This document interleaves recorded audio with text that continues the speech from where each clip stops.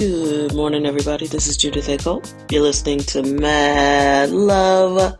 Let's get into it. So, I hate daylight savings time. The way they mess with us and maneuver us around and stuff, it's gotta be a scam. It's just so annoying. The day goes so much faster. It's already 6 o'clock in the morning where I am. That's nuts. My sister thinks it's hilarious because I'm so annoyed. Because, she was like, good morning. Da, da, da. And I was like, I hate daylight savings time. So, the day goes by, it's 6 o'clock. And I text her, I'm like, see, it's already 6 o'clock. She just thought that was so funny. I don't know, it just goes so fast. And I remember when I was in college, I was on the East Coast, and the days went fast. I remember being like, man, this is a fast day on the East Coast.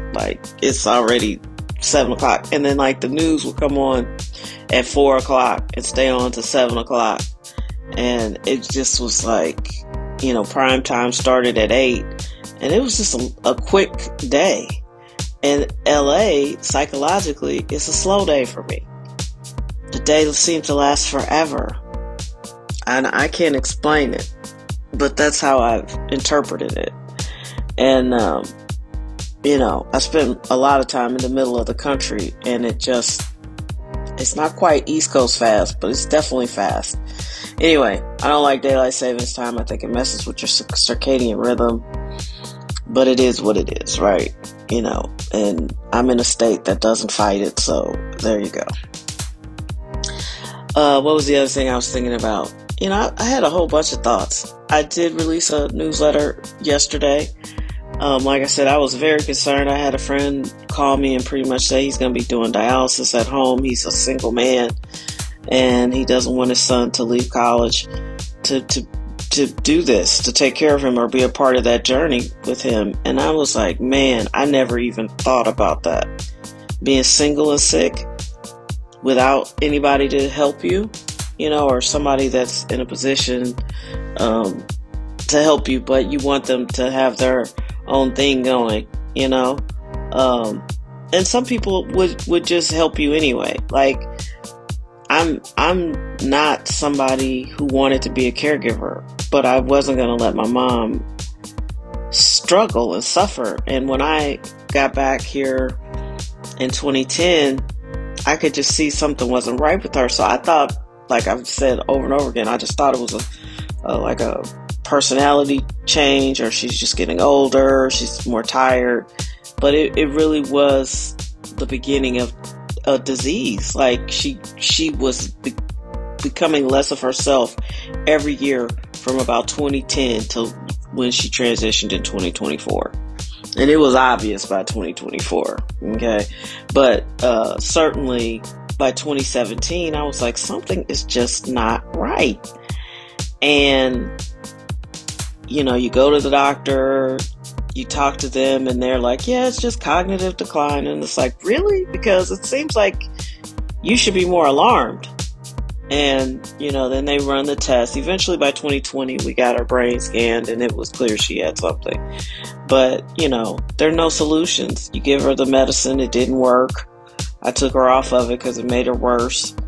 I changed her diet. I gave her, I forgot about this, but I used to give her collagen. I had her drinking oolong tea. I had her taking vitamin B. I did everything possible to try to keep her brain functioning. And she was a health nut. She never wanted to be overweight. So I told her too, I was like, your hatred of fat really has saved you, because it kept some of her sugar issues at bay. Because she just really hated fatness. And so she did a great job, being thin and getting muscles. She started going to the gym in her 50s. I saw her really be serious about her health. So I don't know what she would have been like if she hadn't taken her health seriously. I think she would have probably died sooner. I think if I hadn't stepped up, she would have died sooner. But, it's such a progressive disease, and you always think it's going to stop. You always think you're going to plateau or the person's going to be okay, and it just isn't like that. But the beauty of it is my mom lived to be 87 years old. My friend that's going on dialysis is probably 2 years older than me, a year older than me. I mean, that's under 60. What's happening, guys? What's going on? Our food is terrible. The water quality is bad. They've obviously been trying to kill us and kill us off because nothing seems healthy. Even the healthy stuff isn't really super healthy. A lot of people don't understand, they think something's healthy and it's not. Chick-fil-A, I know you don't think that's healthy, but if you even get the grilled sandwich, you still are looking at 100 plus ingredients in one sandwich. And it's just bread and chicken and lettuce and tomato. What the hell? Why do you need, what's all the ingredients for? What are all those ingredients for? It's a fair question. You think you're doing a healthier option, but the healthiest option is in your kitchen. I dare you to replicate a sandwich at your house that has 100 some odd ingredients in it, unless everything you buy is genetically modified. It's a war against us. It's a war against regular people, because these hedge funds, these corporations, these places that have investment funds that have bought up businesses. Their Vital Farms apparently is a scam. There's another brand that's a scam. Bolt House Farms. These places sound like they're real places, but they're not. They don't care about. They care about profit. So I can't remember the controversy right now, but if you do a simple Google search on Vital Farms, you'll realize it's just a hedge fund that does anything to make a profit, to sell you some eggs, and that should scare everybody. The beauty of Walmart, I don't like Walmart. The beauty of Wall Street is that you're supposed to be able to invest in all these companies and grow your money. But the problem with Wall Street is, as soon as a company goes public, it's all designed to get profit. So there goes the health aspect. There goes the we're not going to break any rules aspect. So our food has been pretty much commandeered by all of these hedge funds and investment firms, and it's not good. It's bad. I'm at a point now where I could own my own farm. Now, I don't want to work it, but I can own it. So anyway, that's something to think about. Solo aging, think about a plan. Maybe you and some friends buy a bunch of tiny houses and make a community. Maybe you and 10 people you care about deeply, just start buying little properties so you guys can be together and build a community. That's the goal, I think. The future is community.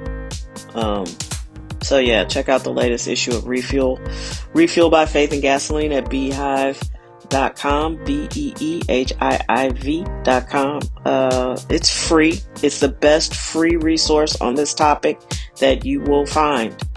And I'm standing on business with that one, because I Googled for hours and hours from where I'm sitting right now at 2, 3, 4 o'clock in the morning, because my dementia patient was raging in the other room, tearing shit up, just not able to sleep, just night after night of having to do all these Google searches on what I'm sharing with you free. I don't know if I'm going to go back to doing it weekly, but as soon as I think of something that I think needs to talk about, I publish. And because I don't get paid for it, I'm not married to doing it weekly anymore. And also, I was tired last year, and I just threw myself into it because I was traumatized.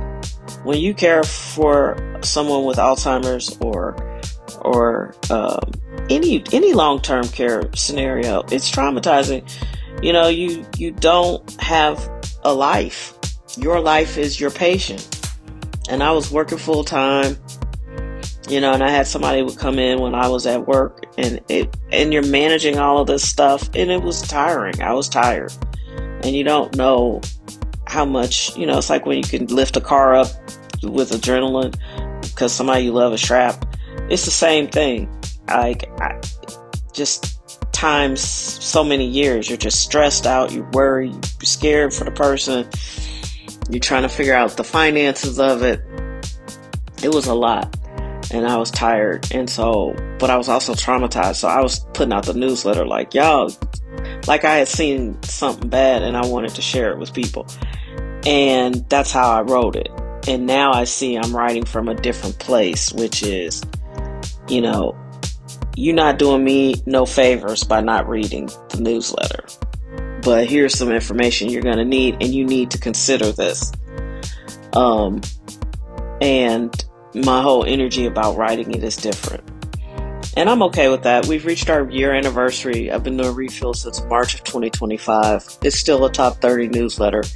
Every time it publishes, it stays in the top 30. So it's very well read.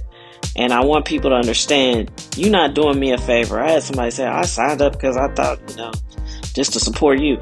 It's not for me. And I know you think you're flattering me or whatever, but that's insulting. Because I'm putting heart and soul in this thing for you.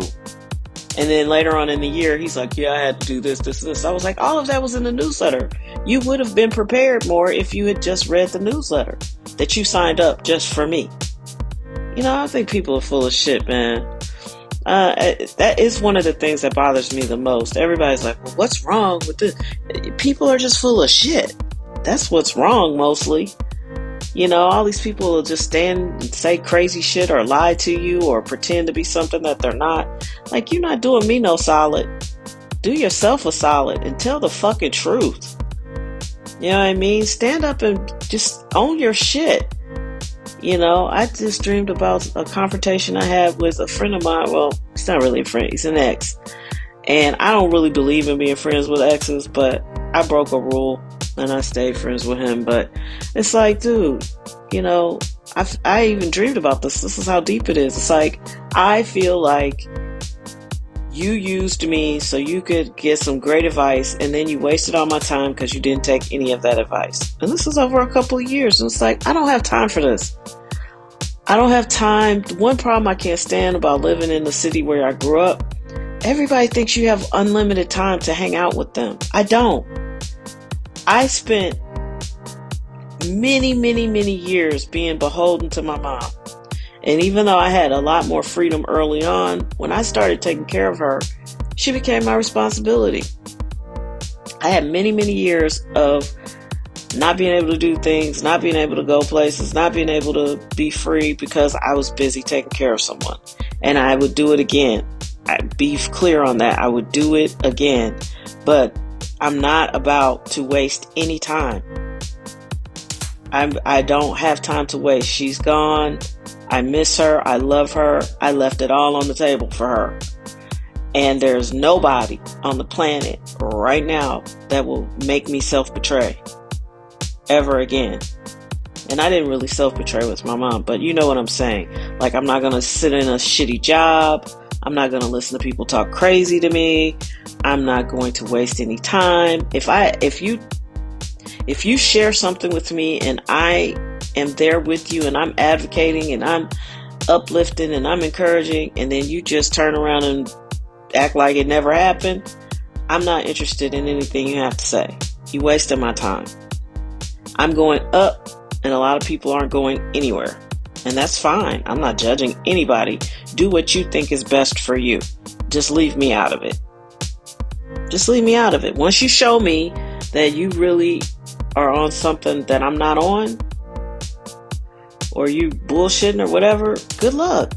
I don't care. I'm not on the market for friends. I have a ton of friends. I'm not on the market for anything. I am building a business which consists of several other businesses. I am busy all the time. Please stop texting me with your little rando requests. I don't need to see people that I went to high school with on any kind of regular basis. Once a year is fine. And it's not that they're bad people, they're great people. But I don't need to go to a reunion type event every couple of weeks. You know what I mean? Like, I don't know. I'm not trying to be mean. And many people I went to high school with probably listen to this podcast. I love you. I love that time, even though I hated that time in high school. I don't like that. I didn't like that age, but I loved my high school. I really wanted to go there. And I really loved my class. And I still do. But I don't live in that space. You know what I'm saying? Like, I have other interests. I have other friends. Now my college friendships are 40 years old. You know, goddamn. Like, I am busy. And I don't be trying to hurt people's feelings. But like I just said, the days go fast. And I am building all day. When people ask me what I'm doing, I am working. But it's hard to explain to people when you don't go to an office every day. They don't really fully conceptualize what it means to be busy. But I'm building websites. I'm building apps. I am a builder. Yeah. And that is going to sustain me. So I don't have time to waste. And when I'm sustained, everybody in my ecosystem will be okay.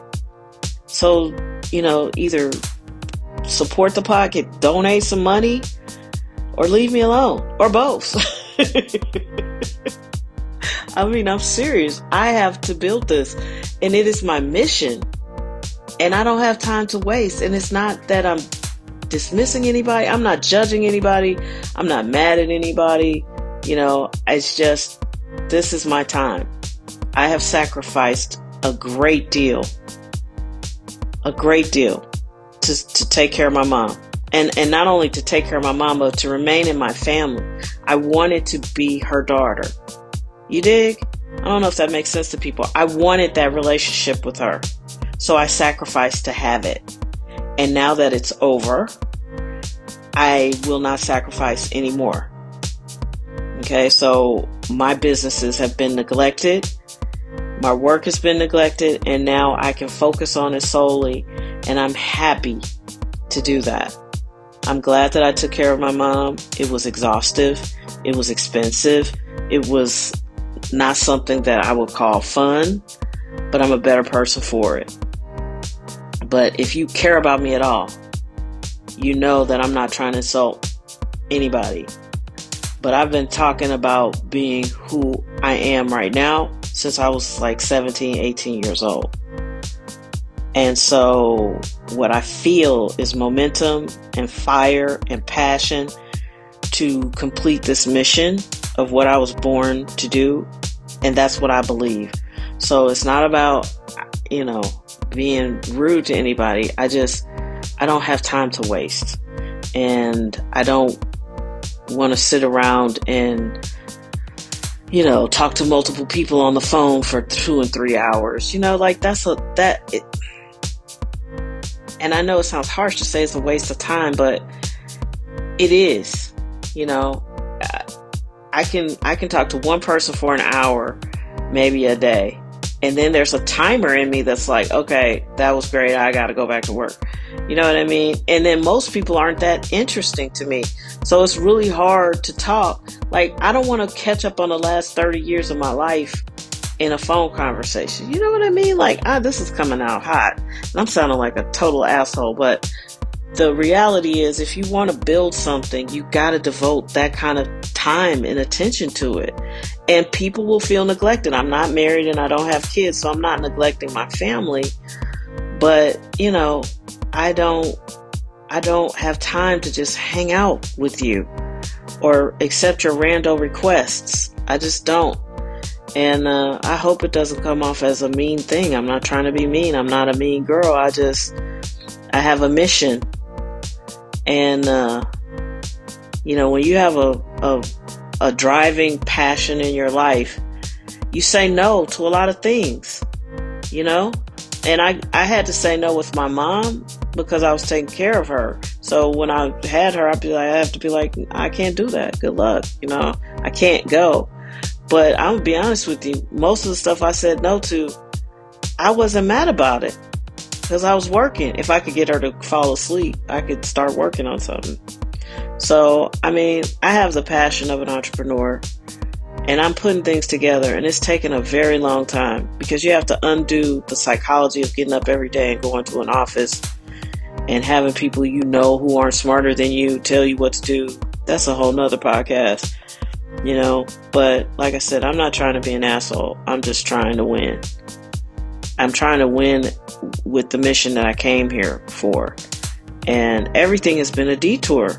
I finally feel like I'm the person that I was at Howard.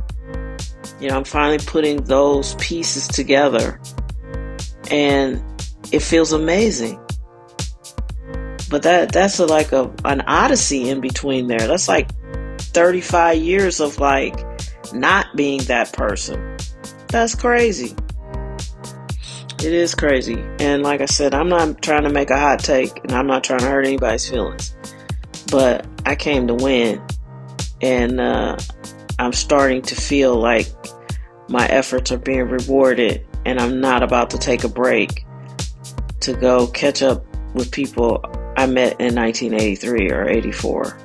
Like, no offense. That doesn't sound fun. It does every once in a while, you know, like once a year. Like a class reunion used to be fun, but something happened in my class. We just don't do reunions. But it's like, I can't get together every week or every 2 weeks or I can't be on these text chains. I don't know. I know I'm not alone. And I get why people pack their things up and move away from their hometown. I was talking to somebody yesterday, and it's like, sometimes you're born into a family or a situation, and that's just it. It may not, you know, you may not be close to these people. You may not even like your family, and you just pack up and move away.